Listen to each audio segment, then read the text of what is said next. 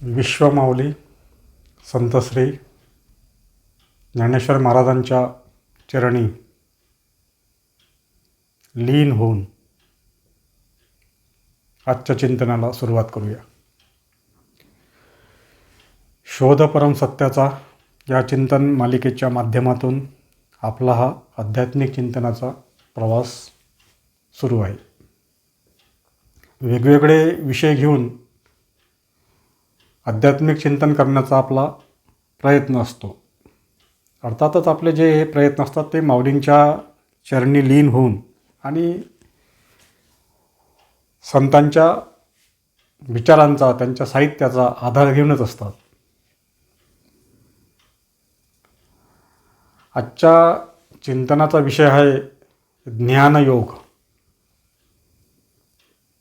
ज्ञानयोग या विषयावर आपला आजचा चिंतन करण्याचा आपण प्रयत्न करणार आहोत.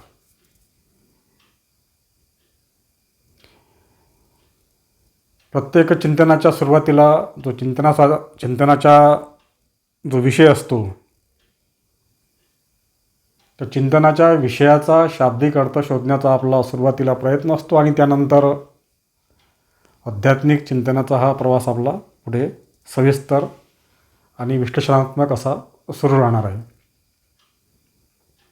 तर ज्ञानयोग या शब्दाचा एक शाब्दिक अर्थ शोधण्याचा आपण सुरुवातीला प्रयत्न करू आणि मग त्यानंतर आपलं विश्लेषणात्मक आणि सविस्तर असं आध्यात्मिक चिंतन करण्याचा आपण प्रयत्न करणार आहोत. तर ज्ञानयोग म्हणजे काय? तर सुरुवातीला ज्ञान म्हणजे काय आणि त्यानंतर योग म्हणजे काय बघू. आता भगवद्गीतेमध्ये त्या ईश्वर तत्वाला जाणून घेण्यासाठी जे काही मार्ग सांगितलेले आहेत, प्रामुख्याने 3 मार्गाचा उल्लेख गीतेमध्ये आलेला आहे. त्या ईश्वर तत्वाकडे जाण्याचे मार्ग अनेक आहेत, परंतु 3 मार्गाचा महत्त्वपूर्ण 3 मार्गाचा उल्लेख यात आलेला आपल्याला दिसून येईल. तर त्यामध्ये कर्मयोग, भक्तियोग आणि ज्ञानयोग. त्यातलाच आपला आजचा चिंतनाचा विषय आहे ज्ञानयोग. यापूर्वी ज्ञान या विषयावर आपलं चिंतन झालेलं आहे, परंतु त्या चिंतनामध्ये जे काही उणिवा राहिल्या असतील, त्रुटी राहिल्या असतील, त्या या चिंतनामध्ये आपण भरून काढण्याचा प्रयत्न करणार आहोत. तर ज्ञानयोग हा शब्द ज्ञान आणि योग या 2 शब्दापासून तयार झालेला आहे. म्हणजे असा एक जोड शब्द आहे तो. तर ज्ञान म्हणजे त्या ईश्वर तत्वाला जाणून घेण्यासाठी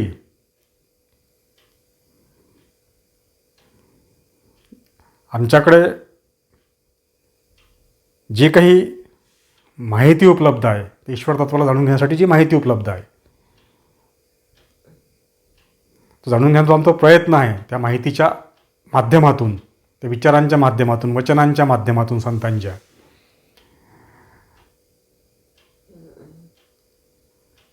त्याला आपण ज्ञान म्हणूया. आणि योग म्हणजे त्या ईश्वर तत्वाशी जुळणे. म्हणजे ह्या ज्ञानाच्या माध्यमातून त्या ईश्वर तत्वाशी जुळणे म्हणजे याचं ज्ञानयोग. ज्ञानाच्या माध्यमातून ते ईश्वर तत्व प्राप्त करणे किंवा त्या ईश्वर तत्वाचा बोध होणे, जाणीव होणे, जुळणे. योग म्हणजे जुळणे, ईश्वर तत्वाशी जुळणे ज्ञानाच्या माध्यमातून.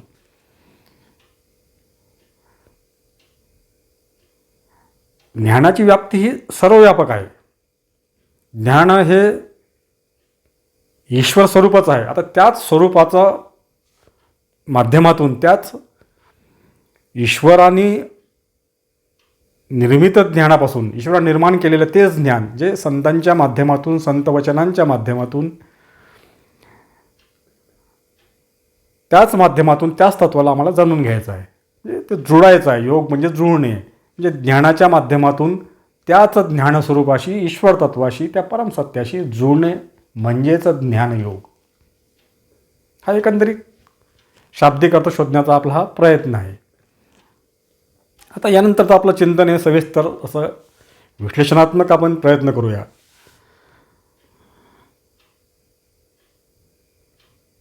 तर ज्ञानाच्या ज्या भौतिक जगामध्ये जे ज्ञान आहे, त्या भौतिक जगातलं जे ज्ञान आहे त्याला ज्ञान असं म्हणता येत नाही. कारण की भौतिक जगामध्ये जे काही आहे, एकतर हे भौतिक विश्व जे आहे हेच एक आभासित आहे, म्हणजे सत्य नाही आहे, असत्य आहे. परंतु आम्हाला ते सत्य असल्याचा भास होतो. आणि ह्या भासाचं असं कोणतं ज्ञान नसते. भासाचं अस्तित्व, जिथं भास म्हणजे माया, ज्याचं काही अस्तित्वच नाही, भास होतं केवळ, आम्हाला जाणवते फक्त ते. म्हणजे असत्य गोष्टीला सत्य समजणे म्हणजे भास. आता जे गोष्टीचं अस्तित्वच नाही आहे त्या गोष्टीचं ज्ञान कसं काय राहू शकतं? म्हणजे या भौतिक जगामध्ये आम्ही ज्ञान हा जो शब्द प्रयोग करतो अत्यंत चुकीचा आहे. इथे ज्ञान नाहीच, त्या जगाचंच भौतिक कोणत्याही गोष्टीचं अस्तित्वच नाही, तिथे ज्ञान हा विषय येणारच नाही. आणि भौतिक जग सोडल्यानंतर जे काही शिल्लक राहतं ते संपूर्ण हे ईश्वर स्वरूप आहे, तेच ज्ञान स्वरूप आहे. ज्ञान हे विशिष्ट मर्यादेत बद्ध होणारं नाही आहे, व्यापक आहे. त्याची ज्ञानाचं अस्तित्व हे व्यापक आहे. ज्ञान म्हणजेच ईश्वर. त्या ईश्वरालाच ज्ञान म्हटलं आहे. ज्ञानाची प्राप्ती होणे म्हणजेच त्या ईश्वर तत्वाचा बोध होणे. ज्ञान आणि ईश्वर हे वेगळे नाही आहेत. आता ज्ञानाच्या माध्यमातून त्या ईश्वर तत्वाशी जुळणे, तर सुरुवातीला आपण तो प्रयत्न करूया की कशा पद्धतीनं. पहिलं आधी आम्हाला काहीही माहिती नाही आहे. ईश्वर तत्व काय आहे, आम्ही कोण आहोत, हे विश्व काय आहे, हे भौतिक जगत म्हणजे काय, आम्ही पूर्णतः अनभिज्ञ असतो या गोष्टीपासून. आम्ही ह्या भौतिक जगालाच सत्य समजून आमचा हा जीवन प्रवास सुरू असतो. कारण की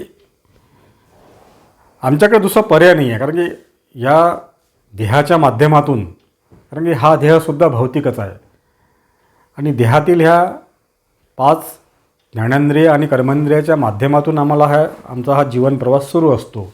आणि एक 5 आणि 5 10 आणि एक 11वं मन, आणि मुख्य म्हणजे आमचं मन, ह्या मनाच्या माध्यमातूनच आमचा हा जीवनाचा आमचा प्रवास सुरू असतो.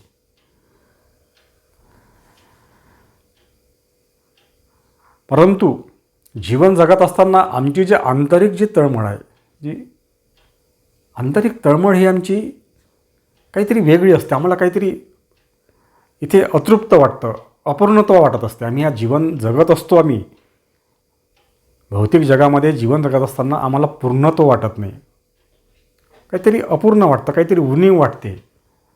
अनेक प्रकारे आम्ही प्रयत्न करतो ते उणीव भरून काढण्याचा.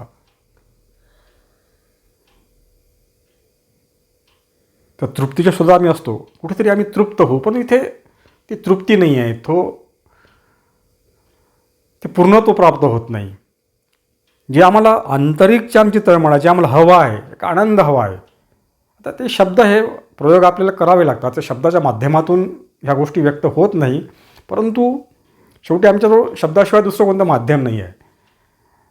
आम्हाला ह्या सगळ्या गोष्टी ह्या अनाकलनीय आहेत, ह्या शब्दाच्या माध्यमातून व्यक्त होत नाही, परंतु ते त्या माध्यमातून आम्हाला हा प्रयत्न करावा लागणार आहे. आणि संतांनीसुद्धा तोच प्रयत्न केला. शब्दाच्या माध्यमातूनच आमच्यापर्यंत ते ज्ञान पोचवण्यासाठी त्यांचे संपूर्ण जीवन त्यांनी खर्ची घातलेलं आहे. कारण की संत हे साक्षात ईश्वर स्वरूपच असतात, साक्षात ईश्वरच असतात. आणि त्यांची तीच तळमळ असते की प्रत्येक जीवाला त्या ईश्वर तत्वाचा बोध व्हावा. प्रत्येक जीव हा ईश्वरच आहे. जी तळमळ आहे प्रत्येक जीवाची प्राप्त करण्याची, तो जीव स्वतः ते आहेच. कारण की जे आम्ही आहोत तीच आमची प्राप्त करण्याची तळमळ आहे. आमचं जे मूळ स्वरूप आहे, आमचं जे सत्य स्वरूप आहे, तेच आम्हाला प्राप्त करायचं आहे, आणि तीच आमची तळमळ आहे. आम्ही जे काही या स्वतःला जे समजतो ते आमचं सत्य स्वरूप नाही, ते असत्य आहे, तो भास आहे. परंतु आम्ही या आभासातच जीवन जगत असतो, आणि आमची तळमळ असते त्या सत्याचा शोध घेण्याची. आम्हाला कळत नाही, परंतु तळमळ तीच असते.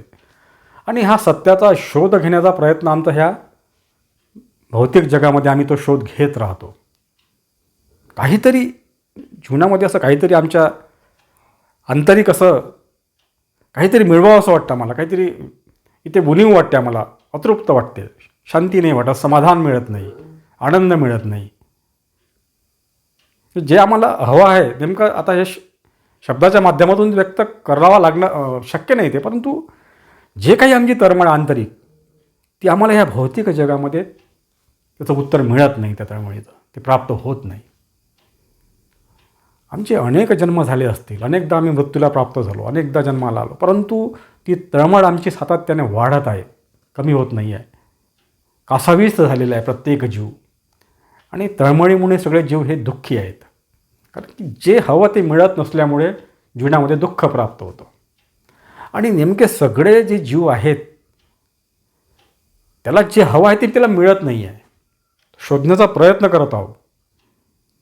प्रत्येक जीवाची धडपड आहे ती आंतरिक तळमळी जी आमची आहे, जी मिळवण्याची, प्राप्त करण्याची. आणि नेमकं ते मिळत नसल्यामुळे जीवनामध्ये दुःख प्राप्त होतं. कारण की कोणतीही गोष्ट जर आमची इच्छा असली आणि जर ती प्राप्त मिळालं नाही तर निश्चितच अपेक्षाभंग होऊन ते दुःख प्राप्त होतं. इथे तर आमचं जन्मोजन्मीची आमची तळमळ आहे. एका जन्मापुरती तळमळ नाही आमची, अनेक जन्म झाले असतील, सातत्याने आम्ही ते तळमळत आहोत, तळमळीनं जीवन जगत आहोत. अतिशय दुःखमय असं आमचं जीवन आहे. कारण की आम्हाला जे हवं आहे ते मिळत नाही आहे. कारण आम्ही जे हवं आहे आम्हाला ते जे शोधण्याचा आमचा तो मार्ग आहे तो चुकीचा आहे.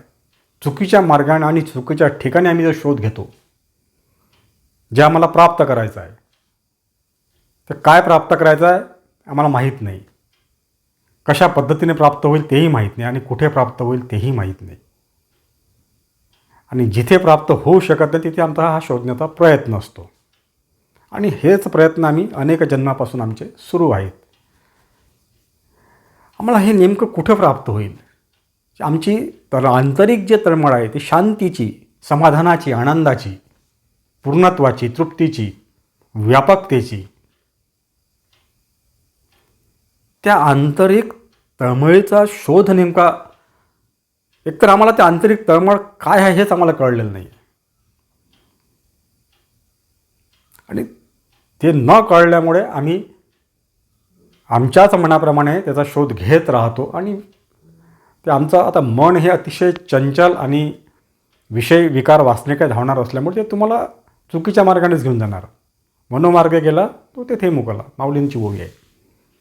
आम्ही आमच्या मनाप्रमाणे जर जीवन जगत असू, निश्चितच आम्हाला ते तत्त्व प्राप्त होणार नाही जे आम्हाला पाहिजे आहे, जी आमची तळमळ आहे, जे आम्हाला हवं आहे. त्या मनाच्या माध्यमातूनच ते प्राप्त करायचं आहे. परंतु कशा पद्धतीने प्राप्त करायचं ते माहीत नसल्यामुळे आम्ही असं दिशाहीन आणि भरकटलेलं असं जीवन जगत आहोत. माहिती नाही आम्हाला नेमकं तर ते कुठे सापडेल. भौतिक जगामध्ये ते नाहीच, हे आम्हाला माहीत नाही. आम्ही त्या भौतिक जगामध्येच तो शोधण्याचा आमचा प्रयत्न असतो, स्वतःला शोधण्याचा. आंतरिक तळमळ म्हणजे स्वतः शोध घेणे असं म्हणूया आपण. आणि अंतर्मनातून जी तळमळ आलेली आहे प्राप्त करण्याची, काहीतरी मिळवण्याची, तीच म्हणजे स्वतःचा शोध घेणे. आणि स्वतःचा जर शोध घ्यायचा असेल तर तो बाहेर कुठे मिळणार नाही, तो स्वतःतच मिळेल. आमच्या अंतर्मनातच आम्हाला ते प्राप्त होईल. परंतु आम्ही शोधतो बाहेर. या माध्यमातून आम्हाला ते सुख प्राप्त होईल, या माध्यमातून आनंद प्राप्त होईल, अशा अनेक माध्यमं ते आम्हाला प्राप्त होतं, पण ते त्यातून मिळत नाही. अनेक प्रकारे आमचा प्रयत्न सुरू असतो मरेपर्यंत,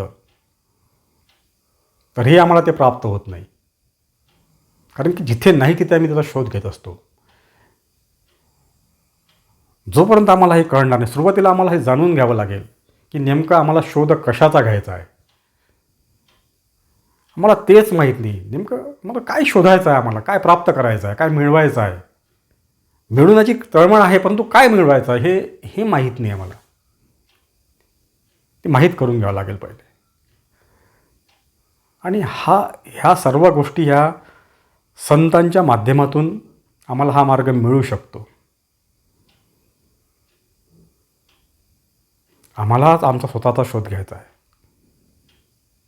आणि तो शोध संतांनी घेतला.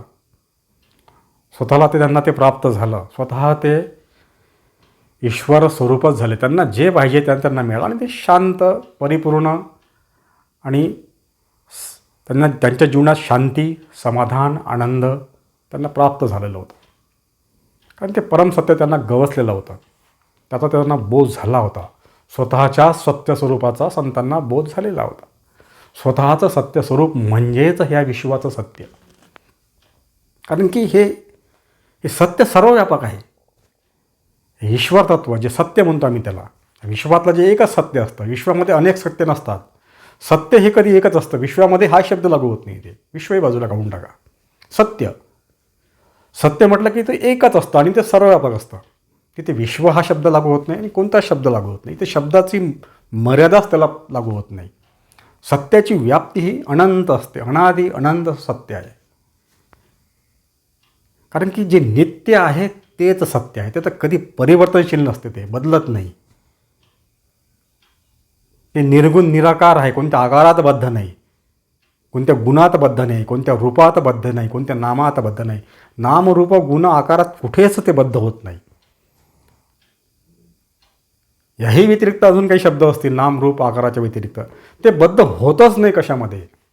ते पूर्णतः व्यापक आहे. ते सर्व व्यापक आहे. ते विश्वव्यापक हे आपण म्हणू शकत नाही. विश्वाचा अर्थच तो आहे. अनादि अनंत हे विश्व आहे. आणि अनादि अनंत म्हणजेच ज्याचा आदी नाही आणि अंत नाही असं ते तत्व आहे. असं ते सत्य आहे. सत्य हे अनादि अनंतच असतं. ते एकच असतं. आणि जे अनादि अनंत आहे ते एकच असतं. अनादि अनंत अनेक राहू शकत नाही. त्याला अन्यत्व नसते. ते नसतं. तिथे भेद नसतो. तिथे भिन्नता नसते. एकच तत्व आहे ते. आणि ते सर्वव्यापक असल्यामुळे ते आमच्यातही तेच व्याप्त आहे. सर्वत्र तेच व्याप्त आहे. प्रत्येकात तेच एकच सत्य व्याप्त आहे.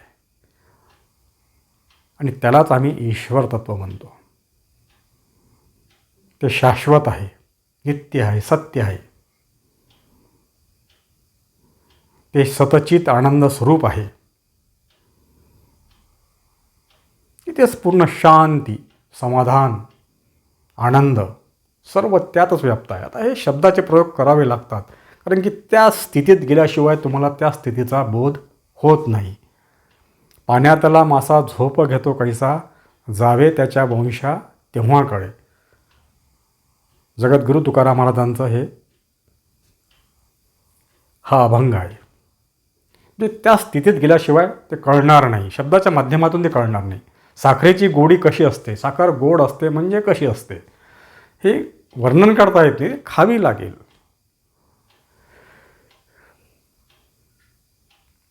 आंधळ्याला ह्या दृश्य विश्वाचं महत्त्व कळणार नाही. हे प्रकाश कसा असतो हे अंध व्यक्तीला समजणारच नाही. कारण की त्याला ते जोपर्यंत ते पाहणार नाही त्याला तोपर्यंत त्या प्रकाशाचं महत्त्व कळणार नाही.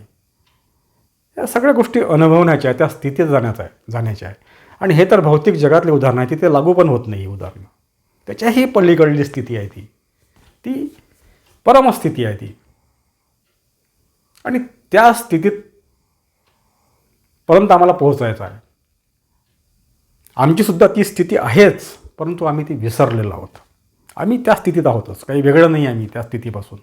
कारण की ह्या विश्वामध्ये ते सत्य सर्वव्यापक असल्यामुळे, ईश्वर तत्व सर्वव्यापक असल्यामुळे आम्हीही ईश्वरच आहोत, परंतु आम्ही आमच्याच स्वरूपाला विसरलेलो आहोत.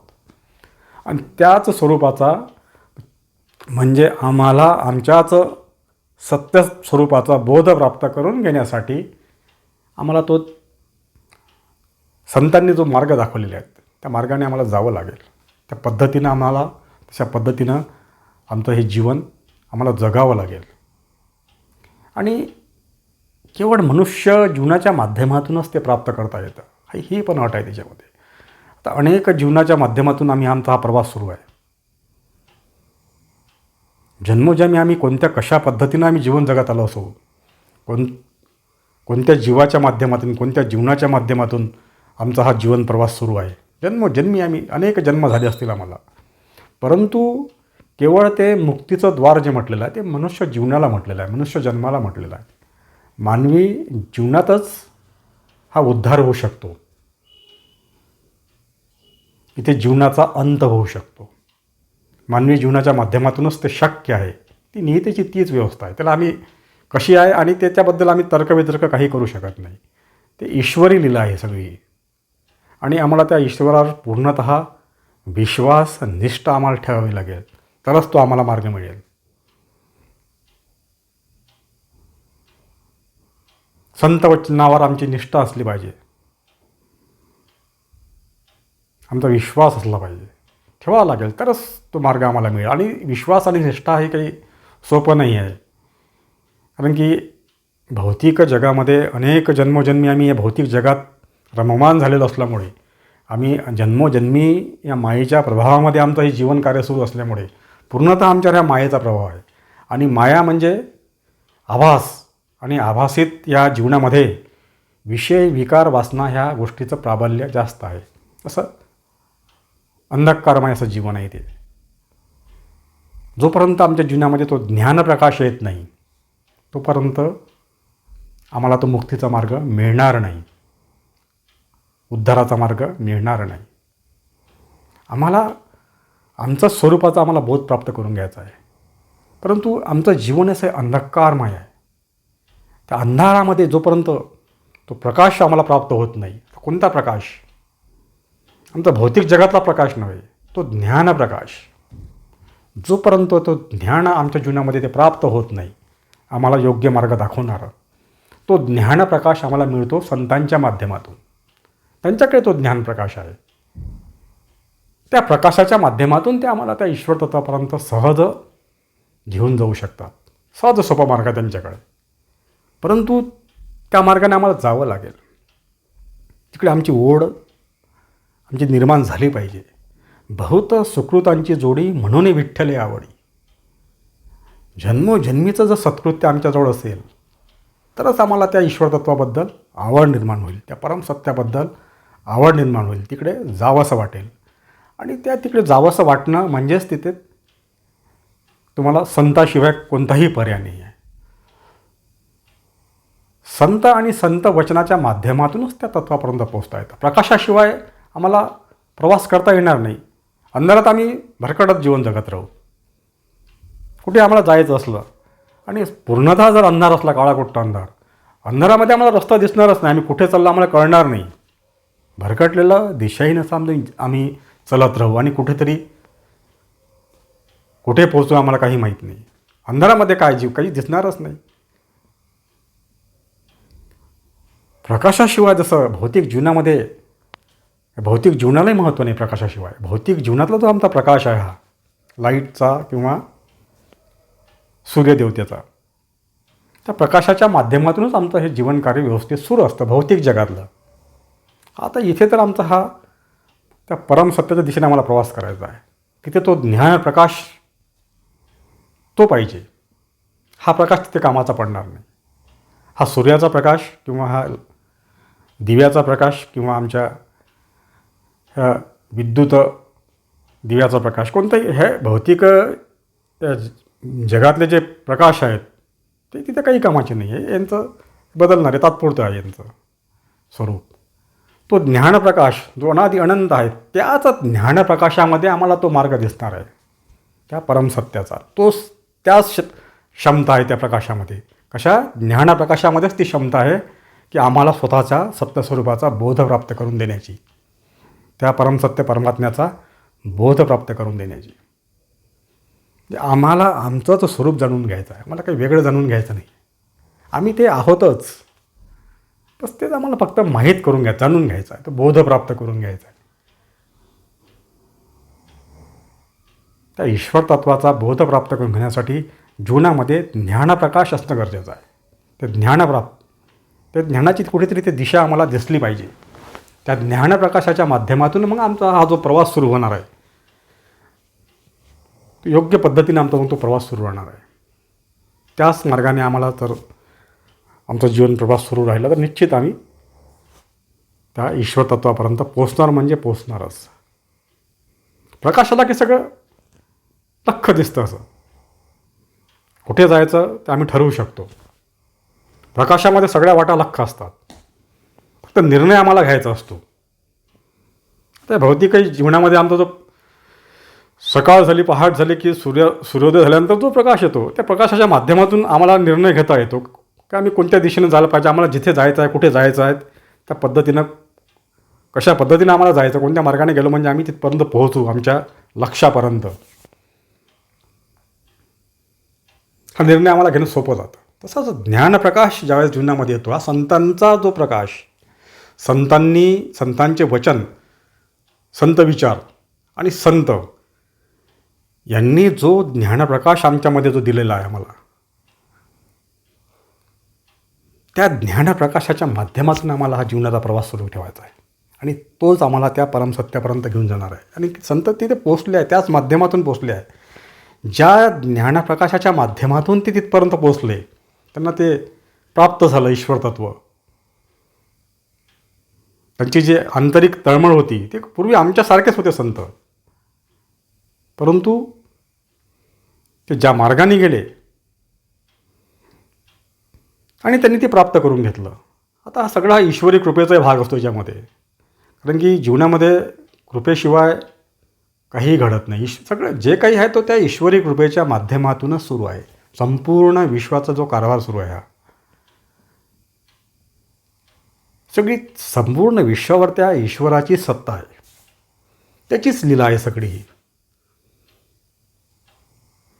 इथे आमच्या बुद्धीच्या तर्कवितर्काला काहीही वाव नाही. निरर्थक आम्ही हे कसं असेल, कसं झालं असेल, असं होईलच का, हे आमचे बुद्धीचे तर्कवितर्क जर आम्ही असं करत राहिलो तर जीवन संपून जाईल. आमचा जीवनाचा विनाश होऊन जाईल आणि पुन्हा ती स्थिती पुन्हा अत्यंत दुःखदायक आणि असं आम्हाला जीवन मग जगावं लागेल.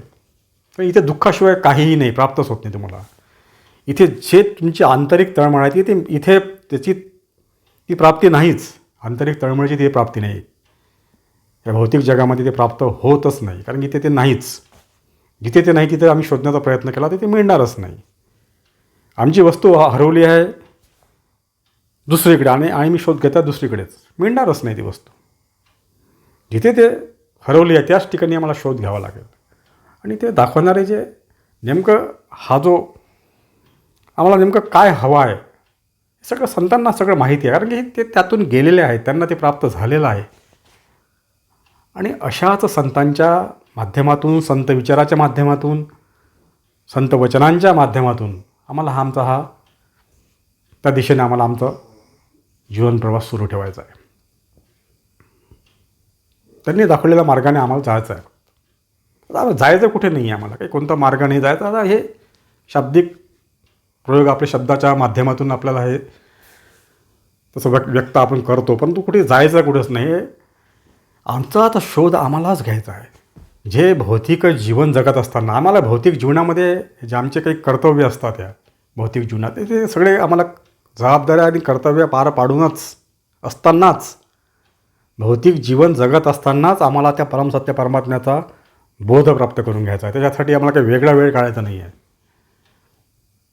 आणि हे सगळं मार्गदर्शन संत आणि संत विचाराच्या माध्यमातून होऊ शकतं. त्यांनी ते आम्हाला प्राप्त करून दिलेलं आहे, त्यांच्या ग्रंथाच्या माध्यमातून, त्यांच्या साहित्याच्या माध्यमातून. आणि त्या पद्धतीनं जर आम्ही जीवनामध्ये तो अंगीकार केला, त्या पद्धतीनं जर आमचं आचार विचार असले, तर निश्चितपणे आम्हालासुद्धा ते ईश्वर तत्व म्हणजे आम्हाला स्वतःच्याच सत्य स्वरूपाचा बोध प्राप्त करून घेणं काही फारसं कठीण नाही आहे. कारण कठीण म्हणजे आम्हाला काय, आम्ही ते आहोतच. हे संपूर्ण विश्व ईश्वरमय आहे. संपूर्ण विश्व ईश्वरमय नाही, ईश्वरच आहे. सर्वव्यापक आहे ते ईश्वर तत्व. तेच पूर्णत्व प्राप्त करून घ्यायचं आम्हाला. ते परम सत्याची प्राप्ती हाच आमच्या जीवनाचा मुख्य उद्देश आहे. मानवी जीवन त्यासाठीच प्राप्त झालेलं आहे, अन्य दुसरा कोणताही उद्देश नाही. जीवन जगण्याचा दुसरा कोणताच उद्देश नाही आहे. आणि हे जीवन जे आम्हाला मिळालेलं आहे, हे मानवी जीवन केवळ त्याचसाठी मिळालेलं आहे. हे भौतिक जीवन जगण्यासाठी आम्हाला जीवन मिळालेलं नाही आहे. ती एक परमेश्वरानं आम्हाला ती एक संधी प्राप्त करून दिलेली आहे. तर आमचे जे जुने जे काहीतरी चांगले कर्म असतील म्हणून आम्हाला हे जीवन प्राप्त झालं, मनुष्य जीवन. विश्वामध्ये 84 लक्ष प्रकारच्या योनीचा उल्लेख आहे. तेवढे जीवन आहेत, तेवढे जीव आहेत, 84 लक्ष. आणि ह्या सर्व जीवाच्या माध्यमातून आमचा हा जीवन प्रवास अनेक कितीतरी वर्षापासून सुरू आहे. वर्षापासून नाही, कितीतरी काळापासून. अनेकदा आम्ही जन्माला आलो आणि मृत्यूला प्राप्त झालेलो, माहीत नाही आम्हाला.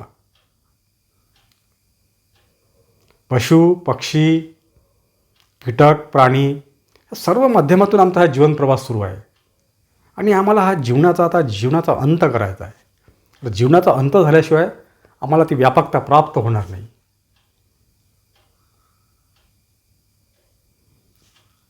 ज्या जन्मातून तो जन्म, तो जन्मातून तो जन्म, असा हा आमचा सातत्याने आम्ही हे शरीर बदलवत परिवर्तन करत, कधी प्राण्याचं शरीर, कधी पक्षाचं शरीर, कधी कीटकाचं शरीर, अशा पद्धतीनं आमचा हा जीवन प्रवास सुरू आहे. आणि यातून आम्हाला मुक्त व्हायचं आहे, कारण अतिशय दुःखदायक हा प्रवास आहे. केवळ त्याला मुक्तीचं द्वार जे दिलं आहे ते मानवी जीवनाच्या माध्यमातून ते द्वार आम्हाला उपलब्ध करून दिलेलं आहे. मुक्तीचं द्वार, मुक्त होण्याचं, ह्या चक्रातून, जन्ममृत्यूच्या ह्या चक्रातून मुक्त होण्यासाठी हे मानवी जीवन प्राप्त झालेलं आहे. दुसरा अन्य कोणताही या मानवी जीवनाचा उद्देश नाही आहे. तिथेच जी आमची आंतरिक तळमळ आहे, जे आम्हाला प्राप्त करायचं आहे, जे आम्हाला ती तळमळ केवळ ह्या जीवनाच्या माध्यमातूनच आम्हाला ते प्राप्त करता येऊ शकतं, प्राप्त होऊ शकते. दुसरं अन्य कोणताही पर्याय आमच्याकडे उपलब्ध नाही. एकदा काही जीवन निघून गेलं की पुन्हा आम्हाला ते मानवी जीवन मिळेलच याची काहीही शाश्वती नाही.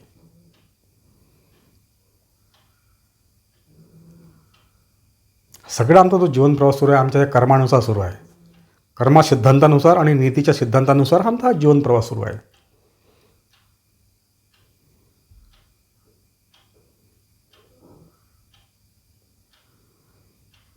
आणि जीवनाच्या या सुखदुःखाच्या चक्रातून जर मुक्त होण्यासाठी जे भगवद्गीतेमध्ये मुख्य असे 3 मार्ग सांगितलेले आहेत: कर्मयोग, भक्तियोग आणि ज्ञानयोग. आता मार्ग अनेक आहेत, परंतु हे प्रमुख 3 मार्ग सांगितलेले आहेत. आणि हे 3 प्रकार आहेतच अजून. आता कर्मयोगचा आपला विषय हा मागील चिंतन या बाबतीत झालेला आहे सविस्तर असा. योगावर पण सविस्तर चिंतन झालेलं आहे. भक्ती आणि भक्तियोग दोन्ही गोष्टीवर सविस्तर चिंतन यापूर्वी आपलं झालेलं आहे. आणि कर्मसिद्धांत आणि कर्मयोग या दोन्ही विषयावर आपला सविस्तर चिंतन यापूर्वी झालेलं आहे. त्याच्यामुळे आपण त्या विषयावर फारशी याच्यात चर्चा होणार नाही. आणि ज्ञान या विषयावर आपलं आधी चिंतन झालेलं आहे, परंतु आजचा आपला चिंतनाचा विषय आहे ज्ञानयोग. ज्ञान म्हणजे काय हे समजून घेण्याचा आपण त्या चिंतनाच्या माध्यमातून प्रयत्न केला होता. आता या चिंतनाच्या माध्यमातून त्या चिंतनामध्ये जे काही उणिवा राहिल्या असते त्या भरून काढण्याचा आपला प्रयत्न आहे. आणि भगवद्गीतेमध्ये जो ज्ञानयोगाचा जो उल्लेख आहे त्याचाच आधार घेऊन संत साहित्य आणि संत वचन आणि जे आमचं आध्यात्मिक साहित्य आहे, हे ईश्वर तत्वाला प्राप्त करून घेण्यासाठी जे काही साहित्य आमच्याकडे उपलब्ध आहे त्या साहित्याचा आम्ही आधार घेऊनच हा चिंतनाचा प्रवास सुरू असतो. आणि ज्ञानयोग म्हणजे त्या ज्ञानाच्या माध्यमातून त्या ईश्वर तत्वाशी जोडणे. काय आम्ही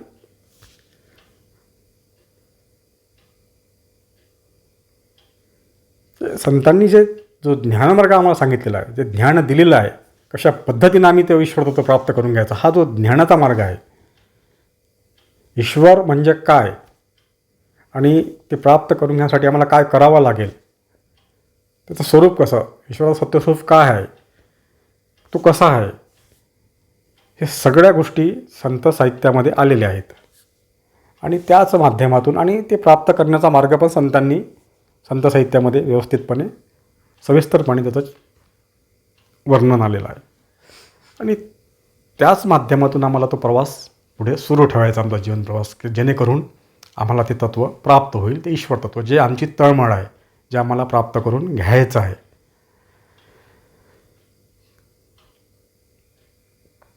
आपल्या ह्या आजच्या चिंतनाचा विषय जो ज्ञानयोग आहे,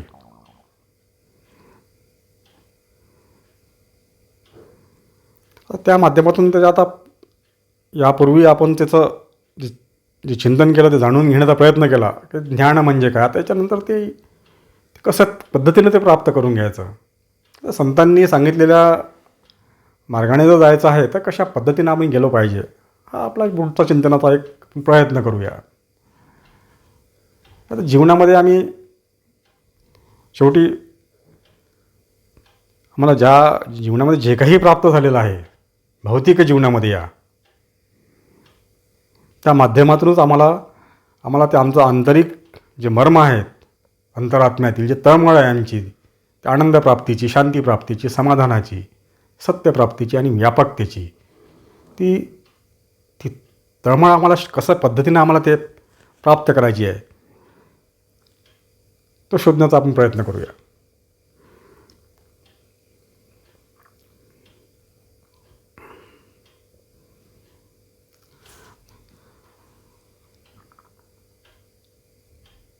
जोपर्यंत आमच्या जीवनामध्ये संत आणि संत विचार येणार नाही, तोपर्यंत आम्हाला त्या ईश्वर तत्त्वाचा बोध होणे शक्यच नाही. सर्वप्रथम आम्हाला हे पहिले समजून घ्यावं लागेल का संत आणि संत विचाराच्या माध्यमातूनच आम्हाला त्या तत्त्वापर्यंत पोचता येतं, दुसरा अन्य कोणताही मार्ग नाही. म्हणजे आम्हाला गरज आहे संत वचन, संत विचार आणि संतांची. आता याच्या ह्या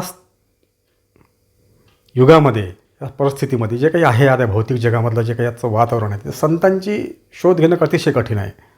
परंतु त्यांचे विचार आमच्या जवळ आहेत, संत होऊन गेले, त्यांचे साहित्य आमच्याजवळ आहे, त्यांचे ग्रंथ आहेत, त्यांचे विचार, त्यांचे वचन आमच्याकडे आहे. आणि त्याच माध्यमात त्याचाच आधार घेऊन आम्हाला हा प्रवास सुरू ठेवायचा आहे. जसं अंधारात आम्हाला प्रवास करायचा आहे तर आम्हाला कोणत्या तरी प्रकाशाचा आधार घ्यावा लागणार आहे.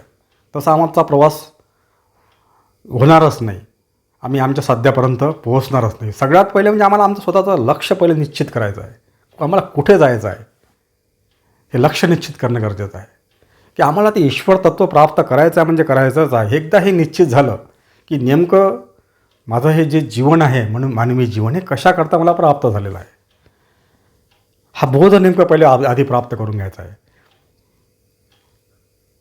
हे समजून घेणं गरजेचं आहे सुरुवातीला की मला हे जे मानवी जीवन प्राप्त झालं आहे कशाकरता प्राप्त झालं आहे, ह्या प्रश्नाचा आम्हाला पहिले आधी शोध घ्यावा लागेल. आम्ही सगळे किती धडपड करतो जीवन जगण्यासाठी, किती तळमळ असते, पण आम्हाला जे हवं आहे ते मिळतच नाही आहे. आम्ही सुखाच्या ज्या शोधात, आम्ही त्याला सुख हे नाव दिलेलं आहे. तर हे शब्द आहे सगळे, हे आनंद, सुख, हा सगळ्या शब्दाचं वर्णन करतो. कारण की जे नेमकं काय हवं आहे ते या शब्दात वर्णन करता येत नाही. हे पहिले समजून घ्या. काय हवं ते शब्दात नाही वर्णन करता येत, परंतु आम्हाला काहीतरी हवं आहे आणि ते शोधण्याचा आम्ही हा प्रयत्न करत आहोत. कशा ना कशा माध्यमातून आमची जी तळमळ जी आहे ती व्यापकतेकडे आहे, सर्वव्यापक. आम्हाला अधिक प्रगत व्हायचं आहे आणि तेच आमची प्रगती येते. पण प्रगती कोणत्या पद्धतीनं केली पाहिजे हे आम्हाला माहीत नाही. समाधान कुठे मिळेल हे माहीत नाही, शांती कुठे मिळेल माहीत नाही, आणि शांती म्हणजे काय हे सुद्धा माहीत नाही, समाधान म्हणजे काय हे आम्हाला माहीत नाही, व्यापकता म्हणजे काय हे सुद्धा आम्हाला माहीत नाही. ते शब्द आम्ही प्रयोग करतो फक्त, कारण की हे ते शब्दाच्या माध्यमातून ते कळणारच नाही आहे. कारण की हे जे तत्त्व आम्ही आता उच्चारले हे शब्दात बद्ध होणारे नाही आहे. ही स्थिती आहे, ते स्थितीत पोहोचायचं आहे. हा बोध होणं पहिलं आधी गरजेचं आहे आणि त्यानंतर आमचा प्रवास हा व्यवस्थित सुरू होणार आहे. म्हणजे जीवनामध्ये पहिले हे ज्ञान प्राप्त होणं गरजेचं आहे की हे म्हणजे काय, मला काय प्राप्त करायचं आहे हे पहिलं माहीत करून घ्यावं लागेल.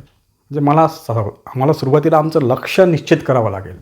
मला काय प्राप्त करायचं आहे, जरी माहीत नाही आम्हाला काय प्राप्त करायचं, पण तरी एकंदरीत आम्हाला तो अंदाज घ्यावा लागेल आणि त्यासाठी आम्हाला आधार घ्यावा लागेल. आणि ते मला कुठे मिळेल हा दुसरा प्रश्न झाला. पहिले काय प्राप्त करायचं आहे आणि कुठे मिळेल हा दुसरा प्रश्न, याचं उत्तर आम्हाला शोधावं लागेल. आणि तिसरा प्रश्न म्हणजे आम्हाला सोडावा लागेल की कशा पद्धतीनं ते प्राप्त होईल. म्हणजे काय प्राप्त करायचं आहे, ते कुठे मिळेल आणि कशा पद्धतीनं ते प्राप्त होऊ शकेल, त्याची पद्धत काय असेल प्राप्त करण्यासाठी, ह्या प्रश्नाचे उत्तर आम्हाला शोधावं लागणार आहे. एकदा का माहीत झालं की मला ते ईश्वर तत्व, ते परमसत्य विश्वातला ते प्राप्त करायचं आहे, तेव्हाच मला ही सगळ्या गोष्टी प्राप्त होतील जे मला हवं आहे ते. तर काय हवं आहे आपण त्याला नावं दिलेलंच आहे. आनंद, शांती, समाधान, सत्य, हे सर्व आपण नावं दिलेली आहेत. शब्दात बद्ध न होणारं ते तत्व आहे, पण ते शाब्दिक शेवटी पर्याय आमच्याजवळ शब्दाशिवाय दुसरा कोणता पर्याय नाही ते व्यक्त करण्याचा. आम्हाला कुठेतरी व्यक्त करण्यासाठी शब्दाचा आधार घ्यावा लागणारच आहे, समजून घेण्यासाठी आणि समजावून सांगण्यासाठी. संतांनीसुद्धा त्या शब्दांचा आधार घेऊनच आम्हाला समजून सांगण्याचा प्रयत्न केलेला आहे. इथे प्रयत्नच होऊ शकतो फक्त, कारण की प्रत्यक्ष स्थिती प्राप्त झाल्याशिवाय ते तुम्हाला ते कळणारच नाही. हे सगळे प्रयत्न सुरू आहे. संतांनी सुद्धा प्रयत्नच केले आहेत, ते ज्ञान आमच्यापर्यंत पोहोचवण्याचे प्रयत्न. ते शब्दात वर्णन करता येत नाही. आणि आपणही जे आता चिंतन करत आहोत हे शब्दाच्या माध्यमातून करत आहोत, पण ते वर्णन करता येत नाही. शब्दात ते बद्ध होणारे तत्व नाहीत. ती स्थिती आहे. त्या स्थितीत आम्हाला जायचं आहे. तो आत्मानुभूती आहे ती. सगळ्यात सुरू तर मला काय प्राप्त करायचं आहे, आणि हे सर्व तिन्ही प्रश्नाचे उत्तर संतांजवळ आहेत. तुम्हाला तुमच्याजवळ ते उत्तरच मिळणार नाही, कुठेच नाही. या बाह्य जगतामध्ये ते उत्तर मिळणारच नाही. काय प्राप्त करायचं आहे, कुठे प्राप्त होईल आणि कशा पद्धतीनं प्राप्त होईल, ते हे तिन्ही प्रश्नाचे उत्तर ते एकच आहेत. आणि ते तिन्ही प्रश्नाचे उत्तर संत आणि संत विचारामध्येच दडलेले आहेत. दुसरा तुमच्याजवळ कोणताही पर्याय नाही. भौतिक जग हे पूर्णतः माया आहे, ते आभास आहे. आभास म्हणजे याचं अस्तित्वच नाही, असत्य आहे, सत्य नाही आहे. परंतु आम्ही त्याला सत्य समजतो, तो पण त्यालाच भास म्हटलं आहे. असत्य गोष्टीला सत्य समजणे म्हणजेच भास, म्हणजेच माया. आणि या मायेतच आम्ही रममान झालेलो आहोत. त्या मायेचा प्रचंड प्रभाव आमच्यावर आहे, म्हणून आम्हाला त्या सत्याचा बोध होत नाही. म्हणजे आमच्याच स्वरूपाला आम्ही विसरलेलो आहोत. आम्ही कोण आहोत हे आम्ही विसरून गेलो. आणि आम्हाला आमचाच शोध घ्यायचा आहे, मी कोण आहे. आणि तेच ते ज्ञानाच्या माध्यमातून आम्हाला तो शोध घ्यायचा आहे. त्या तत्वाशी आम्हाला त्या ज्ञानमार्गाने जोडायचं आहे. आणि त्यासाठी आम्हाला त्या संत वचनांचा आधार घ्यावा लागेल. कुठेतरी आमच्या जीवनामध्ये हे संत आणि संत विचार आले पाहिजेत. आणि संत आणि संत विचार येण्यासाठी जन्मोजन्मीचं आम्हाला सत्कर्म आमच्याजवळ, आमच्या पाठीशी पाहिजे. आणि सत्कर्म तसे निर्माण होत नाही. सत्कर्मासाठी त्याला अनेक जन्माचे ज्या पुण्यकर्म जमा होतात, त्या सत्कर्माकडे थोडी ओढ निर्माण होते. सत्कर्म म्हणजे सत्यकर्म. सत्य म्हणजे ते ईश्वर तत्व, जे परम सत्य, आपण त्याचा शोध घेण्याचा प्रयत्न करत आहोत. जे त्या ईश्वरी चिंतनामध्ये जे आम्ही वेळ घालवतो, ते सत्कर्म. ईश्वरी कार्य म्हणजे सत्कर्म, ईश्वरी चिंतन म्हणजे सत्कर्म. आणि पुण्यकर्म म्हणजे या भौतिक जगामधील पुण्यकर्म, जे कर्म असतात आमचे, त्याला परोपकार म्हणतो आम्ही, इतरांवर केलेले उपकार. परोपकार ते पुण्य आणि परपीडा ते पाप. इतरांना पीडादायक जर दुःखदायक आमचे जर कर्म असतील तर ते पापकर्म झाले. आणि इतरांना जर सुखदायक आमचे कर्म असतील, परोपकारी आमचे कर्म असतील, धर्माधारित आमचे कर्म असतील, नीतिमत्तेनं जर आमचं जीवन आम्ही जगत असू, धर्माप्रमाणे जर आमचं जीवन चालू असेल, जीवनप्रवास, आणि इतरांच्या सुखासाठी जर आमचे काही प्रयत्न असतील, तर ते पुण्यकर्म झाले. आणि इतरांना पीडादायक, अधर्म, अनितीने जे वागणूक असते, ते पापकर्म झाले. अधर्म आणि अनितीमुळे इतरांना पीडाच होईल. आणि धर्म आणि नीतीच्या माध्यमातून इतरांना सुखच प्राप्त होते. आणि प्रत्यक्ष दान, धर्म ह्या गोष्टी ज्या आहेत, हे पुण्यकर्म झाले. आणि हे असे पुण्यकर्म करत आला जीव. आणि हे सगळे पुण्यकर्म घडतं या मनाच्या स्थितीच्या माध्यमातून. त्या मनाला जर विषय विकार वासनेकडून जर आवर घातली, तर जीवनामध्ये पुण्यकर्म करायला वेळ मिळतो. मग अरे मन हे धावते विषय विकार वासनेकडे. इथे मनाची भूमिका फार महत्त्वाची आहे. त्या मनाला आम्हाला त्या विषयविकार वासनेकडून काढून सत्कर्माकडे लावायचं आहे. म्हणजे ह्या कर्माकडे आमची ओढ निर्माण आपापच होते. मग काही करावं लागत नाही. इथे काही करावं, ते सगळं ईश्वरी सगळी सत्ता इथे ते तोच करून घेतो. स्वतःला कर्तेपणाचा भाव निर्माण केला, मी करता आहे म्हटलं की ते पापकर्म झाले. तुम्ही सत्यापासून मग खूप लांब जाल. मग कारण इथे कर्तापणे स्वतःला घ्यायचंच नाही. तुम्ही करते नाहीच, आपण सर्व इथे करते नाही आहे. सगळी ईश्वरी सत्ता आहे. ईश्वरी सत्तेच्या माध्यमातून हा नियतीचा सिद्धांतानुसार हे सगळं घटना घडत असतात. आमच्याही जीवनामध्ये जे काही घडतं ते आमच्या कर्मसिद्धांतानुसार आम्ही जे काही कर्म केले त्या पद्धतीनेच आमचा हा जीवन प्रवास सुरू असतो. आणि ह्या संपूर्ण विश्वामध्ये ज्या काही घडामोडी घडतात, ज्या काही घटना घडतात, सगळ्या त्या नियतीच्या सिद्धांतानुसार आपोआप सगळ्या घडत असतात. काही त्यात कोणी बदल करू शकत नाही. आम्हाला तो अधिकारच नाही तो बदल करण्याचा. आम्ही काही करू शकत नाही. आणि स्वतःकडे जर आम्ही जेव्हा अधिकार घेतो, करता मी आहे हा भाव येतो आमच्यामध्ये. करता मी आहे म्हटलं की अहंकार, ती अहंकारी वृत्ती झाली आणि त्या अहंकाराच्या माध्यमातून जीवनामध्ये दुःख प्राप्त होतं. मग पापकर्म घडतं. ते तर परमसत्य परमात्म्याची सत्ता नाकारून स्वतःकडे कर्तेपणाचा भाव घेणं अतिशय पापकर्म झाले. ते घोर पाप झालं. ते करता आम्ही नसताना स्वतःला करता समजणं, मी करणार आहे, हा जो मीपणाचा जो भाव असतो आमच्या जीवनामधला, हा अतिशय घातक असा भाव आहे. कारण की इथे ईश्वर तत्वाचा अपमान होतो फार मोठ्या प्रमाणात. मोठा अपमान आहे तो. सर्वात मोठा अपमान म्हणजे अहंकार. साक्षात त्या परमेश्वराचा अपमान. स्वतःकडे कर्तेपणा घेणं म्हणजे जो करता आहे त्याची सत्ता नाकारून स्वतः मी करता आहे असं म्हणणं फार मोठा आहे. अरे करावं हे आम्ही करतच असतो, पण तू कर्तेपणा घ्यायचा नाही आहे. तुम्ही करतच नाही. तुम्हाला वाटते तसं ते मी करत आहे. तो आमचा भास आहे, तो आभास आहे. सगळी मायावी, सगळं जगात हे मायावी आहे, आभासित आहे. इथे आम्ही काही करतच नाही. जे काही घडत आहे ते सगळं त्या ईश्वरी सत्तेच्या माध्यमातून घडत आहे. ते आम्हाला फक्त जाणवतं हे मी केलं म्हणून. मी नसतं केलं तर तसं झालं नसतं. हे मी आणि माझं हा भाव आमच्यामध्ये असतो, तो अहंकार असतो. जोपर्यंत हे मी आणि माझं जात नाही,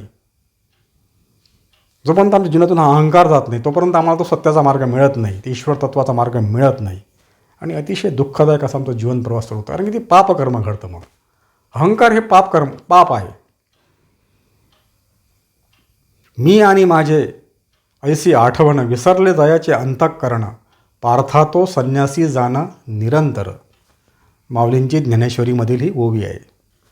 मी आणि माझं हे ज्याचं अंतःकरण विसरले तो नित्य संन्याशीच असतो. म्हणजे नित्य तो संत अवस्थेत असतो. तो ईश्वर स्वरूपच असतो तो जीव. ज्याच्यातली मी आणि माझी अशी आठवण निघून गेली, जो मी आणि माझं विसरला, आणि मी आणि माझं विसरलं की तो जीव ईश्वर स्वरूपच होतो.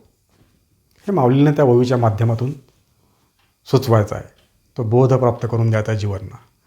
ज्ञानेश्वरीमध्ये ज्ञानेश्वरी, माऊलींचा हरिपाठ, अमृतानुभव आणि सर्व संतांचे जे काही अभंग आहेत, ओव्या आहेत, त्यांचे ग्रंथ आहेत, त्यांचं साहित्य आहे, या सर्व माध्यमातून आम्हाला हा ज्ञानाचा प्रकाश प्राप्त होतो. तो प्रकाश आम्हाला प्राप्त करून घ्यायचा आहे. त्या प्रकाशाच्या माध्यमातून आम्हाला ते ईश्वर तत्वाचा बोध प्राप्त होणार आहे.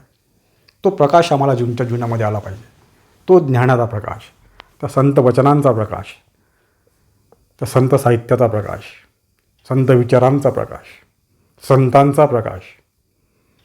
प्रत्यक्ष संत तर या दुर्लभ आहेत, परंतु कदाचित एखादा संत जर आमच्या जीवनामध्ये येत असेल तर मग प्रश्नच नाही, काही गरजच नाही मग काही करण्याची. केवळ त्यांच्या दर्शनानेच मुक्ती होते. इतकी संतांमध्ये शक्ती आहे, तेवढी क्षमता आहे. त्यांचा सहवास प्राप्त होणं, केवळ संतांचा सहवास, त्या जीवाला काहीही करावं लागत नाही.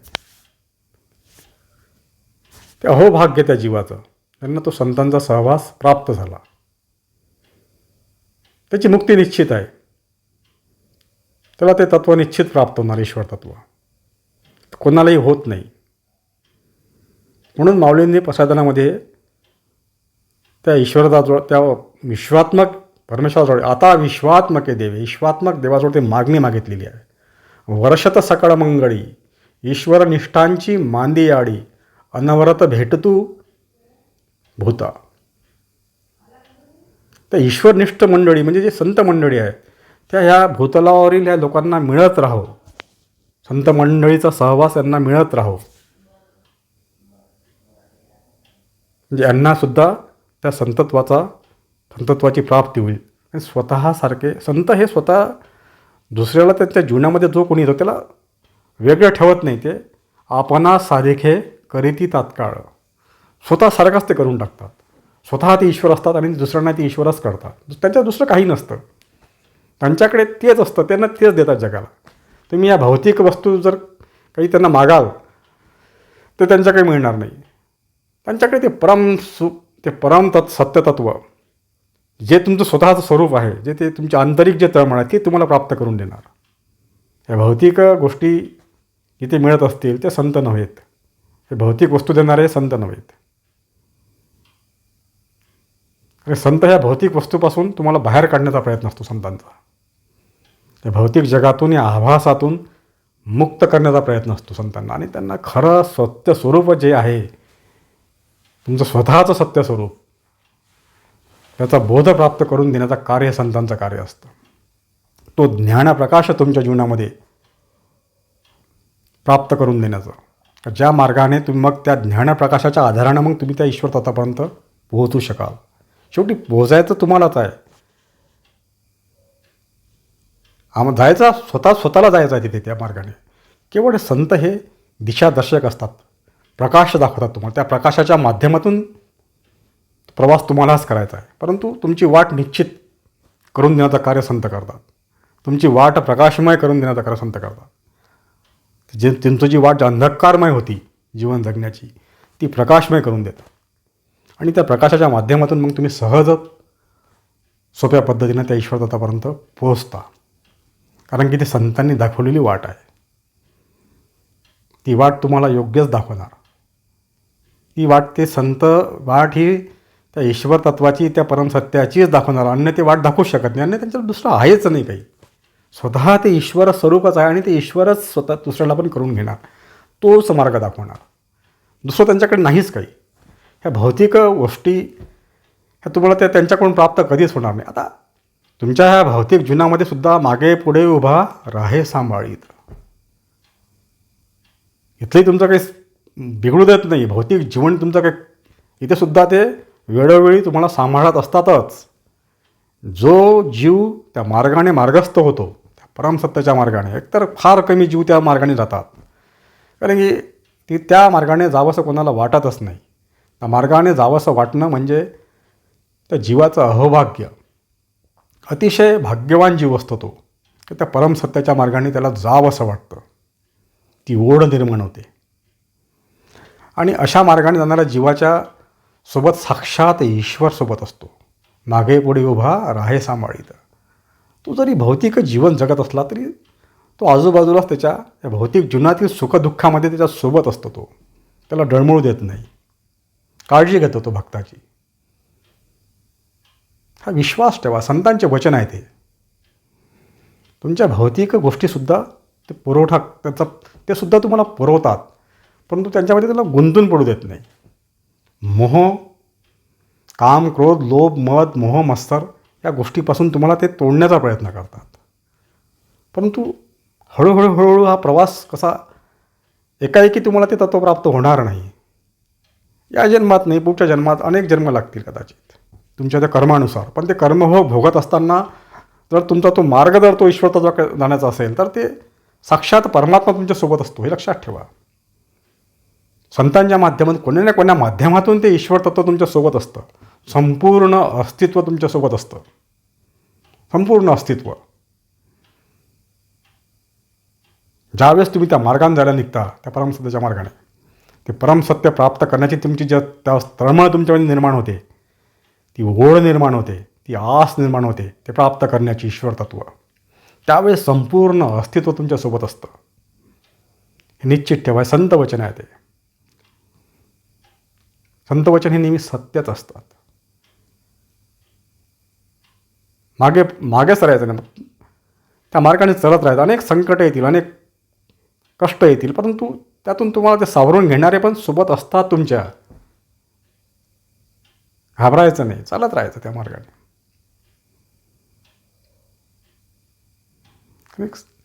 आणि संतांच्या ह्या ज्ञानप्रकाशामध्ये तो मार्ग सहज सोपा होऊन जातो, फारसा कठीण राहत नाही.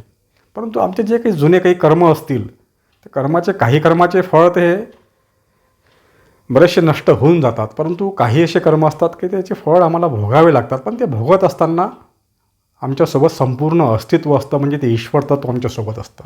हे ध्यानात ठेवायला पाहिजे.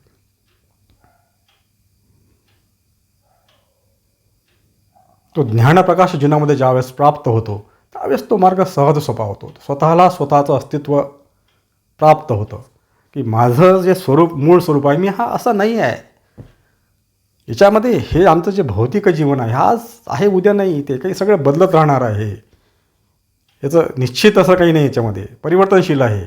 आज जी स्थिती आहे ती पुढच्या क्षणी ती राहील, याची काही शाश्वती नाही आहे. पुढला श्वास आम्ही घेऊ की नाही घेऊ ही सुद्धा शाश्वती नाही आहे. इथे सगळं सातत्याने हे जन्म मृत्यू असा हा प्रवास सुरू आहे आमचा. आणि माझं हा देहाला जर मी आहे असं समजलं तर हा देह नष्ट होणार आहे. मग देह नष्ट झाल्यानंतर माझं काय मग? हे म्हणून हा सगळ्या प्रश्नाचे उत्तर इथे मिळतात तुम्हाला. आंतरिक जी तळमळ आहे ती इथे पूर्ण होते तुमची. ती पूर्णत्व तुम्हाला इथे प्राप्त होतं संतांच्या मार्गाने जाण्यामध्ये. ते परमसत्य परमात्मा तत्व त्या तुम्हाला प्राप्त करून देतात. तुम्हाला तो शाश्वत आनंद तुमच्या जीवनामध्ये प्राप्त होतो, कधीही न संपणारा. जन्म नाही आणि मृत्यू नाही. मग तुम्हाला जन्म मरणातून तुम्ही मुक्त होता, जीवनमुक्त होता. तुम्हाला जीवनच शिल्लक राहत नाही. जीवनातून मुक्त झालं की ज्याला जीवन आहे त्याला जन्म मृत्यू आहे. ते जीवनच संपून जातं. जीवनातून तो व्यक्ती मुक्त होतो. तो जीव, त्याला ती व्यापकता प्राप्त होते. ते ईश्वर तत्व त्याला ते प्राप्त झालं की तो ईश्वरमय होतो. तो ईश्वरच होतो तो जीव. आणि सगळे हे ईश्वरच आहो आम्ही. संपूर्ण विश्व हे ईश्वरमय आहे. ईश्वराशिवाय जगात अन्य काहीही नाही आहे. त्या परमसत्याशिवाय या विश्वामध्ये अन्य काहीही नाही. सर्व बाकी जे काही आहे ते सगळं आभास आहे. अन्य काही नाही. म्हणजे अन्य जर काही आम्हाला वाटत असेल इतर गोष्टी ईश्वर तत्वाशिवाय, तर तो आभास आहे. मग ती माया आहे, ती तो भ्रम आहे. हे निश्चितपणे तो भ्रम आहे. कारण की सत्य हे एकच असतं. आणि व्यापक जर ते सत्य आहे, सर्व व्यापक आहे, म्हणजे इथं अन्य काही असण्याचा प्रश्न निर्माण होतच नाही. आणि ते परमसत्य म्हणजेच ते ईश्वर तत्व, जे आम्ही स्वतःच आहोत. ईश्वर काही आमच्यापासून काही वेगळं नाही आहे. आम्ही स्वतः ईश्वरच आहोत. फक्त तो आम्हाला त्याचा विसर पडला आहे, तो बौद्ध प्राप्त नाही. आणि ते प्राप्त करून घेण्यासाठी आमच्यामध्ये हे ज्ञानप्रकाश जीवनामध्ये ज्यावेळेस होईल, त्या ज्ञानाच्या माध्यमातून आम्ही त्या ईश्वर तत्वाशी जोडू. म्हणजे तोच ज्ञानयोग. संत आम्हाला तो मार्ग दाखवतात त्या ईश्वर तत्वाशी जोडण्याचा. आता इथे जोडायचं काहीच नाही, आम्ही आहोतच. परंतु ह्या आभासातून मुक्त होऊन आम्हाला ते आमचं स्वतःचं स्वरूप ते प्राप्त करून घ्यायचं आहे. म्हणजे त्याला जुळणे म्हणतात. हा शाब्दिक भ्रम आहे फक्त हा. इथे शब्द आधीच मी सांगितलं का, इथे शब्दाच्या माध्यमातून तर काहीही व्यक्त करता येण्यासारखं नाही आहे. पण दुसऱ्या आमच्यावर पर्याय नाही शब्दाशिवाय. हा एक आत्मानुभव घ्यायचा आम्हाला. फक्त तो ती स्थिती प्राप्त करायची आहे. आम्हाला काय प्राप्त करायचं हे आम्हाला लक्षात आलं की आम्हाला ते ईश्वर तत्व प्राप्त करायचं आहे. ईश्वर तत्व कसं आहे की ते सर्वव्यापक आहे, ते अनादि अनंत आहे, निर्गुण निराकार आहे, आणि ते शाश्वत सत्य आहे. सतचित आनंद स्वरूप असं तत्व आहे. तिथे शांती आहे, समाधान आहे.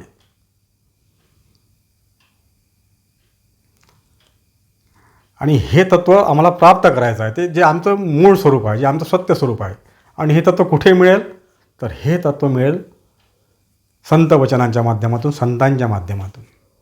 आणि ते प्राप्त कसं करता येईल? तर ते प्राप्त ही संतांनी सांगितलेला जो मार्ग आहे, त्या मार्गाने जर आम्ही आमचा जीवन प्रवास सुरू ठेवला तर आम्हाला ते निश्चित प्राप्त होईल. तिन्ही प्रश्नाची उत्तरं संतांच्या या वचनामध्ये संताच्या माध्यमातून आम्हाला मिळतात. आणि तो ज्ञानप्रकाश जो आहे, ते तत्व म्हणजे काय, ते कुठे आहे आणि ते कसं प्राप्त करायचं, याच्यासाठी हा जो ज्ञानप्रकाश आहे प्राप्त करण्यासाठी संत वचनाच्या ज्ञानप्रकाशाच्या माध्यमातून आम्हाला तो शोध घ्यायचा आहे. ते ज्ञान संतांनी जे त्यांच्या ग्रंथामध्ये, त्यांच्या साहित्यामध्ये, त्या ज्ञानाच्या माध्यमातून किंवा प्रत्यक्ष संतांच्या माध्यमातून असं ते ज्ञान जे आहे ते अनादि अनंत असं ज्ञान आहे. ते काही कोणी निर्माण केलेलं नाही आहे. ते ज्ञान म्हणजे ते ईश्वर स्वरूपच ज्ञान आहे. ते ईश्वर, ते ज्ञान ईश्वरच आहे, त्याचं स्वरूप आहे, ते काही वेगळं नाही आहे. ज्ञान अन्य काही ज्ञात नसणे, अन्य काही ज्याला ज्ञातच नाही आहे दुसरं काही. जिथे अन्यत्व गेलं तिथे तो जीव ईश्वरस्वरूपच झाला. तिथे अन्यत्वच नाही राहिलं, तिथे भेदच नाही राहिला, तर प्रश्नच नाही राहत. मग ते सगळं तो ईश्वरमय झाला, तो जीव व्यापक झाला. ते ज्ञान ते व्यापक आहे. ते त्याच ज्ञान प्रकाशामध्ये त्याचा शोध आम्हाला, म्हणजे त्याच स्वरूपातून त्याच स्वरूपाकडे आम्हाला प्राप्त करून घ्यायचा आहे. आणि आम्ही तेच आहोत.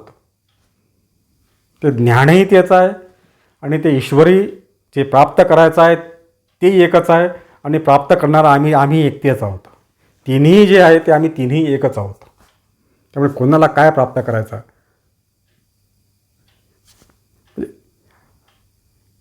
फक्त केवळ हा एक आभास जो निर्माण झालेला आहे हा वेगळं असण्याचा, की ज्ञान वेगळं आहे, ते ईश्वर वेगळं आहे आणि आम्ही वेगळे आहोत प्राप्त करणारे. आम्हाला त्या ज्ञानाच्या माध्यमातून ते ईश्वर तत्व प्राप्त करायचं आहे. आता आम्ही तेच, ते ज्ञान म्हणजे ईश्वरच, आम्ही ईश्वरच आणि ते ईश्वर तत्व जे प्राप्त करायचं ते ईश्वरच. तिन्ही एकच आहे. परंतु हा मी जो भेद निर्माण करून ठेवलेला आहे, कशामुळे? मायेच्या प्रभावामुळे. त्या भेदातून, त्या आभासातून आम्हाला मुक्त व्हायचं आहे. आम्ही एकच आहोत. मग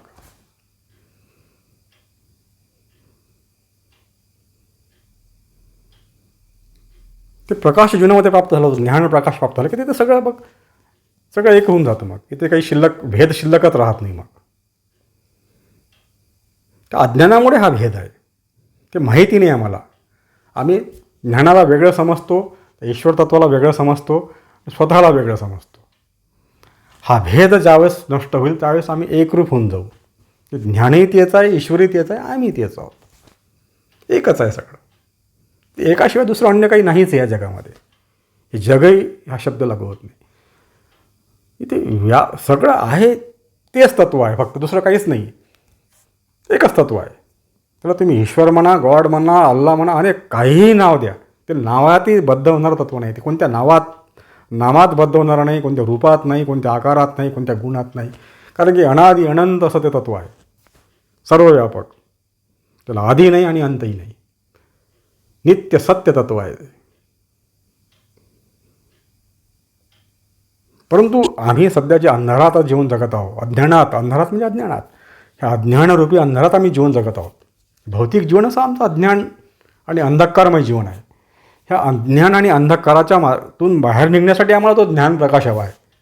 किंवा ते एक साधन म्हणून हवं आहे आम्हाला, ते माध्यम. ते संत विचार जे आहेत ते ज्ञान प्रकाशात आहे. आणि ते संतांचे जे विचार जे ज्ञानासारखे काम करतात, ते प्रकाशासारखं ज्ञानप्रकाश, त्या प्रकाशाच्या माध्यमातून आम्हाला तो शोध घ्यायचा आहे त्या परमसत्याचा. आणि दुसरा कोणता पर्याय पण नाही आहे. त्या संत विचाराच्या माध्यमातून आम्हाला ते पोचणं शक्य आहे. तरच आम्हाला ते तत्व प्राप्त होईल. अंधारात आम्हाला तो शोध लागणार. आम्हाला आमचा शोध घ्यायचा जरी असला तरी आम्हाला काहीतरी असा आधार घ्यावा लागणार आहे का ज्यांना ते माहिती आहे ते तत्व. कारण की एखाद्या गावाचा जर आम्ही विचार केला भौतिक या जीवनामध्ये, जे गाव आम्ही कधी पाहिलंच नाही, त्याचं काही माहितीच नाही आहे, मला कोणाला तरी विचारावं लागेल की ते गाव नेमकं कुठे आहे आणि ती कशा पद्धतीने तिथं जाण्याचा रस्ता कोणता योग, ही सगळी माहिती आम्हाला घ्यावी लागेल. त्यावेळेसच आम्हाला तो आमचा प्रवास आम्हाला करणं शक्य होईल. आम्ही त्या गावापर्यंत पोहोचू. पहिलं आम्हाला ती माहिती करून घ्यावी लागेल की त्या गावाला आम्हाला जाण्याचं, गाव म्हणजे आमचं लक्ष झालं. ते जसं ईश्वर तत्व आमचं लक्ष आहे आणि त्या गाव कुठे आहे हे माहीत करून घेणं आहे.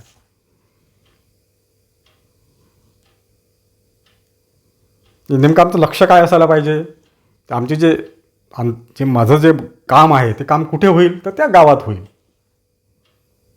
तर भौतिक या विश्वामधलं ज्या काही भौतिक गोष्टी आहेत ह्या आमच्या जीवन जगताना, त्या संदर्भातून आपण विचार करूया आता, की ठराविक मला हे माझं काम करून घ्यायचं आहे, मला हे प्राप्त करायचं आहे एखादी गोष्ट, तर ती त्या गावातच प्राप्त होऊ शकते. नंतर मग मला ते गावाचा शोध घ्यावा लागेल. एकतर आधी मला कळायला पाहिजे की हे वस्तू कुठं प्राप्त होणार, आणि हे सांगणारा कोणतरी मला मार्गदर्शक गरजेचं असतं. मला कसं कळणार आहे? जी गोष्ट मला माहीतच नाही आहे. फक्त मला माहीत एवढं की माझं हे काम कुठे होईल. पण हे काम कुठे होईल हे माहीत करून घेण्यासाठी मला कुणाचा तरी आधार घ्यावा लागेल का ज्याला ती माहिती आहे सगळ्या गोष्टीची.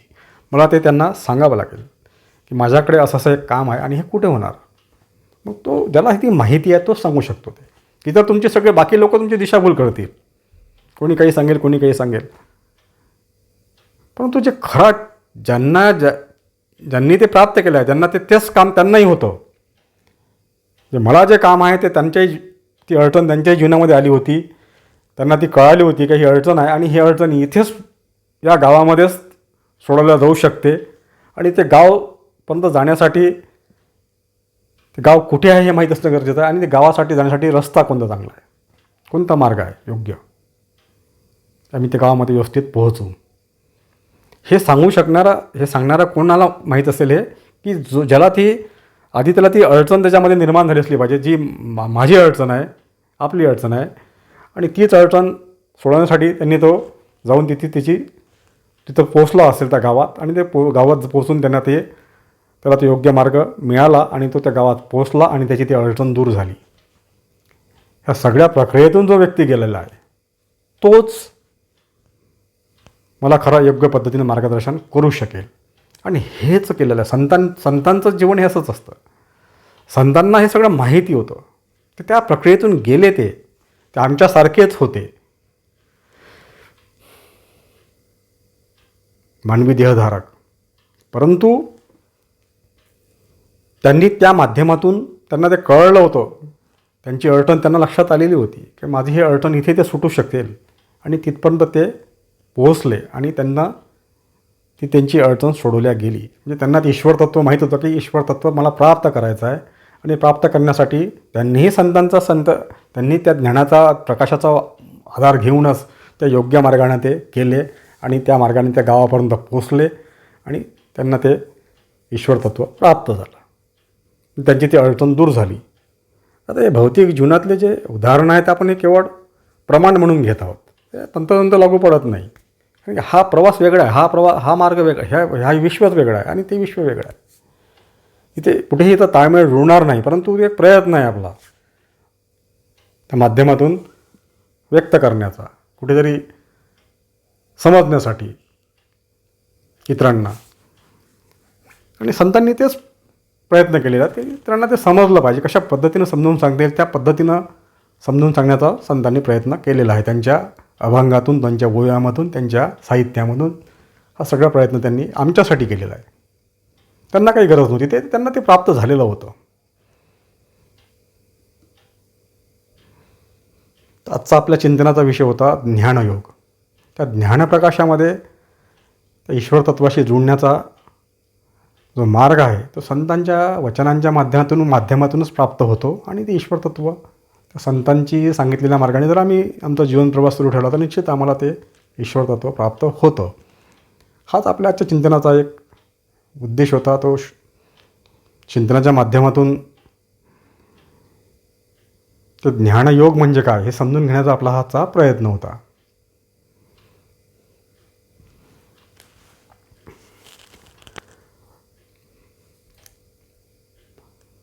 माऊलींच्या चरणी लीन होऊन आपण चिंतनाला सुरुवात केली होती आणि त्यांच्याच चरणी लीन होऊन त्यांची आज्ञा घेऊन इथे या चिंतनाला आता विराम देऊया.